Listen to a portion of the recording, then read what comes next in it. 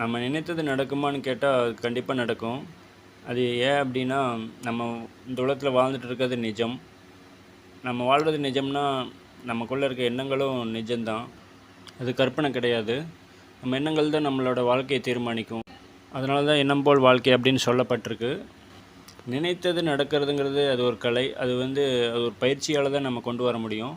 நம்ம எண்ணங்கள் எங்கே இருக்குன்னா, எங்கே உருவாகுது அப்படின்னா, நம்மளோட மனசில் தான் உருவாகுது. அந்த உருவாகிற இடம் மிக வலிமையானதாக இருக்கணும். அப்போ தான் அந்த எண்ணங்கள் நிறைவேறும்.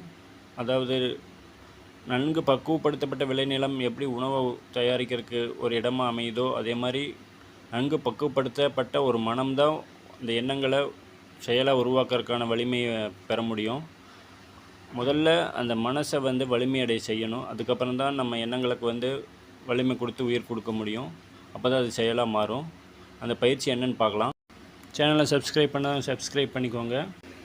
முதல்ல நம்மளோட மனம் ரொம்ப அமைதியாக இருக்கணும். மனதோட இயல்பான சுரூபமே அமைதி தான்.